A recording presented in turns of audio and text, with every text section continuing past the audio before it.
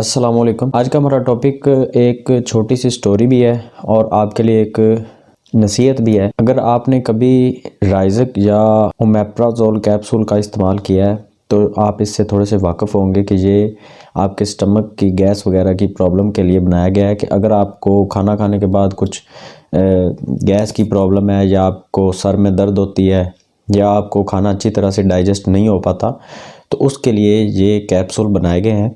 और इनका इस्तेमाल हमारे जो डॉक्टर गांव में अक्सर बैठे होते हैं वो बहुत ज़्यादा करवा रहे होते हैं। अब मैंने कुछ महीने पहले इसके ऊपर एक वीडियो भी बनाई थी इसके साइड इफ़ेक्ट के ऊपर कि अगर आप ये इस्तेमाल कर रहे हैं तो किस तरह से आपने इसको इस्तेमाल करना है और कितनी देर के बाद आपने इसको छोड़ देना है। जब मैं ये वीडियो बना रहा था और मैं इसके बारे में थोड़ी सी रिसर्च कर रहा था कि क्या इसके साइड इफ़ेक्ट होते हैं, मैंने कुछ डॉक्टर वगैरह से भी पूछा और ख़ुद भी मैंने रिसर्च की, इंटरनेट पे भी मैंने चेक किया कि कंपनी क्या क्लेम करती है कि इसको किस तरह से खाना चाहिए और क्या क्या इसके साइड इफ़ेक्ट हो सकते हैं अगर आप इसको ओवरडोज़ करते हैं या आप इसको गलत तरीके से खाते हैं।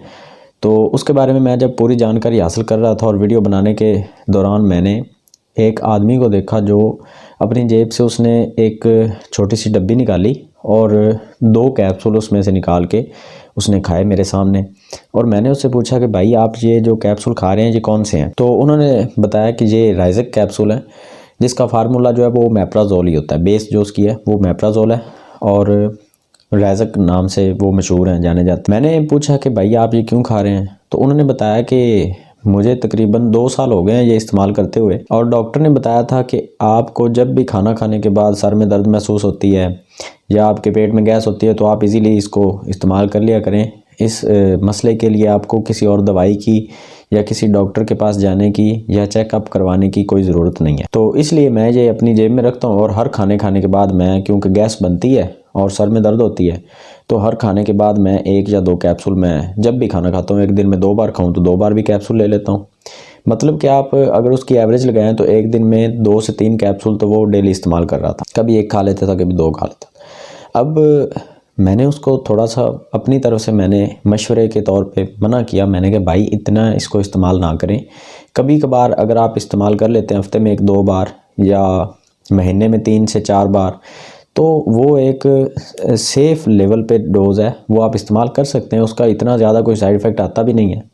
तो जैसे मैंने कहा भाई आप बता रहे हैं और इतनी ज़्यादा ओवरडोज आप इसको करेंगे तो काफ़ी ज़्यादा साइड इफ़ेक्ट आएंगे। तो जैसा कि आपको पता है कि हर बंदे में एक अपनी ज़िद होती है कि मैंने किसी की बात नहीं माननी, और उन्होंने फ़ौरन कहा कि नहीं मुझे कोई प्रॉब्लम नहीं होती, मैं 2 साल से इस्तेमाल कर रहा हूँ। जब मैं कोई भी चीज़ मैं खाता हूँ तो उसके बाद अगर मैं ये कैप्सूल नहीं खा रहा होता तो मुझे प्रॉब्लम होती है, अगर मैं ये खा लेता हूँ तो मैं ईजी हो जाता हूँ, बिल्कुल नींद भी ठीक से आती है, तबीयत भी फ्रेश हो जाती है। अब यहाँ पे थोड़ी सी समझने वाली बात यह है कि 2 साल रेगुलर किसी भी चीज़ को जब आप इस्तेमाल करते हैं तो एक तो उस चीज़ की वैसे एडिक्शन हो जाती है, आपकी बॉडी में उस चीज़ की कमी महसूस होने लगती है जब कोई भी चीज़ आप लंबे अरसे से डेली बेस पे आप इस्तेमाल कर रहे होते हैं। और दूसरे नंबर पे क्योंकि उसके साइड इफ़ेक्ट बहुत ज़्यादा थे और उसके साइड इफ़ेक्ट में भी ये चीज़ पाई गई थी कि जब आप इसको ज़्यादा इस्तेमाल करते हैं, ओवरडोज इसकी करते हैं, तो जब आप इसको ओवरडोज करने के बाद स्किप करते हैं तब आपका स्टमक जो है वो डिस्टर्ब हो जाता है और आपको गैस की प्रॉब्लम भी होती है, आपको खाना डाइजेस्ट नहीं होता। लेकिन वहाँ पे ये नहीं बताया गया कि आप अगर इसके एडिक्ट हो गए हैं तो बार बार इसी को इस्तेमाल करें। वहाँ पे ये बताया गया था कि अगर आपको इसकी किसी तरह की भी एडिक्शन हो गई है ओमेप्राज़ोल की तो आप किसी डॉक्टर से रजू करें और इसकी मेडिकेशन करवाएं इस मसले की और इस मसले को जड़ से ख़त्म करवाएं। लेकिन क्योंकि हमारे यहाँ तहकीक का तो नाम ख़त्म हो चुका है काफ़ी देर से, किसी चीज़ पे हम तहकीक नहीं करते, जो चीज़ खाने की होती है हम जस्ट खा लेते हैं क्योंकि मुंह भी है और चीज़ भी है तो खाने में कोई दिक्कत नहीं है, बस खा लेते हैं। लेकिन काफ़ी ज़्यादा जो बाद में प्रॉब्लम आती है उससे डरना चाहिए।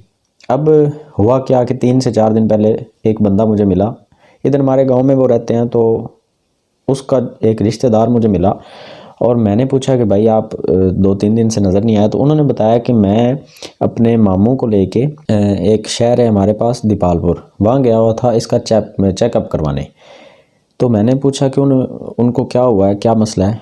तो उन्होंने बताया कि ये वही बंदा था जो ओमेप्राज़ोल खा रहा था, ये जो मामू उसका था।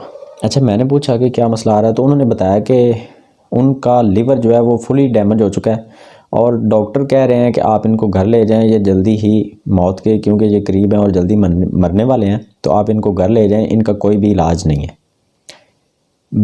मैंने पूछा कि भाई डॉक्टर ने कोई वजह भी बताई होगी साफ ज़रा, जब डॉक्टर ये बता रहे हैं कि लिवर डैमेज है, तो डैमेज लिवर की क्या वजह बताई गई है डॉक्टर की तरफ से। तो उन्होंने बताया कि डॉक्टर कह रहे थे कि इन्होंने कोई किसी टाइप की कोई मेडिसिन इस्तेमाल की है। अब डॉक्टरों को तो ये नहीं पता था कि ये क्या मेडिसिन खाते रहे, या डॉक्टरों को ये चीज़ बताई नहीं गई कि इतने लंबे अरसे से, उस बात को 1 साल तो हो गया, 1 साल पहले मैंने वो वीडियो बनाई थी तकरीबन, तो वो 3 साल से रेगुलर वो चीज़ खा रहे थे, ओमेप्राज़ोल वो इस्तेमाल कर रहे थे।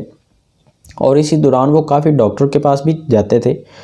पता नहीं, ये मैं नहीं जानता कि उन्होंने किसी डॉक्टर से मशवरा नहीं किया या किसी डॉक्टर ने उन्हें मना ही नहीं किया। ये एक मैंने इसकी तस्दीक नहीं की, शायद किसी डॉक्टर ने उन्हें मना किया ही नहीं कि आप इसको छोड़ दें या इतना ओवरडोज ना करें। अच्छा, वो डॉक्टर अब बता रहे हैं कि कोई किसी तरह की मेडिसिन ये लेते रहे और उस मेडिसिन का साइड इफ़ेक्ट ये था कि उनका लिवर अब इतना डैमेज हो चुका है कि इसका कोई इलाज अब नहीं बचा, और इतने पैसे हैं नहीं कि लिवर ट्रांसप्लांट करवा दें उसको, तो वो मुमकिन नहीं है। अब वो लाहौर लेके गए हुए हैं उन्हें, और लाहौर जाने के बाद भी उनका कोई इलाज मिल नहीं रहा। तो इस वीडियो के बनाने का मकसद ये था कि अगर आप कोई भी मेडिसिन इस्तेमाल कर रहे हैं जिसके साइड इफ़ेक्ट डेफिनेटली हर मेडिसिन के होते हैं, और आपको चाहिए कि आप उसके साइड इफ़ेक्ट या तो ख़ुद इंटरनेट पे चेक करें। अगर आप खुद चेक नहीं कर सकते, आप इंग्लिश नहीं पढ़ सकते, आप उर्दू को अच्छे तरीके से समझ नहीं सकते, तो आप किसी अपने मुतल्लिका डॉक्टर के पास चले जाएं और उनसे उसके साइड इफ़ेक्ट के बारे में ज़रूर पूछें। ये ना पूछें कि ये दवाई खा लेने से कोई मसला तो नहीं बनता। इस तरह से पूछेंगे तो डॉक्टर यही कहेगा कि नहीं कोई मसला नहीं, दवाई है। डॉक्टर को ये नहीं पता कि आप उसको किस तरह से खा रहे हैं या कितनी डोज में खा रहे हैं। डॉक्टर को ये बात ज़रूर बताएं कि आप उसको इतनी हद तक ओवरडोज कर रहे हैं कि उतना आप खाना नहीं खा रहे जितनी कि आप दवाई का इस्तेमाल कर रहे हैं। और डॉक्टर को हर चीज़ बताएंगे तो फिर डॉक्टर भी आपकी हेल्प कर सकेंगे, अदरवाइज़ डॉक्टर भी आपको क्लियर बात नहीं बता सकते। अगर आप डॉक्टर से सवाल ही गलत करेंगे तो आपको जवाब भी उसका गलत ही मिलेगा। तो बेहतर यह है कि अपना जो सवाल है उसको दुरुस्त करें और डॉक्टर से मेडिसिन का जाके साइड इफ़ेक्ट पूछा करें। डॉक्टर से ये पूछें कि हम अगर इस मेडिसिन को रेगुलर बेस पे इस्तेमाल करते हैं तो हमें इसका साइड इफ़ेक्ट क्या मिलेगा। फिर आपको डॉक्टर बताएंगे कि उसका साइड इफ़ेक्ट क्या हो सकता है और उस साइड इफ़ेक्ट को ख़त्म करने के लिए आपको क्या करना पड़ेगा। ये नहीं है कि अगर किसी मेडिसिन का साइड इफ़ेक्ट हो रहा है तो आप उसको बार बार खा रहे हैं। अगर ये करेंगे तो साइड इफ़ेक्ट बढ़ते जाएंगे, ख़त्म नहीं होंगे। तो अगर आप या आपके करीब कोई भी इस तरह की गलती कर रहे हैं तो मेरा मशवरा ये आपसे कि अगर मेरी बात आप नहीं मानते तो बेहतर यह है कि आप अपने मुतल्लिका शहर के या मुतल्लिका गांव में कोई भी आपका डॉक्टर है तो उससे ज़रूर मशवरा करें और इस तरह से अपनी सेहत के साथ खिलवाड़ ना किया करें। ये मेडिसिन बहुत ज़्यादा ख़तरनाक होती हैं और इसका बाद में ट्रीटमेंट करवाना भी अक्सर बंदे जो हैं वो अफोर्ड भी नहीं करते इस चीज़ को। तो आज की वीडियो बनाने का मकसद सिर्फ यही था कि मेडिसिन के जो साइड इफेक्ट हैं उस चीज़ को समझा करें। अगर आपको वीडियो अच्छी लगी है तो इसको लाइक कर दें और चैनल को सब्सक्राइब कर दें इस तरह की मज़ीद वीडियो देखने के लिए, और बेल आइकन को दबा दें, नोटिफिकेशन आपको तभी मिलेंगे। अल्लाह हाफिज़।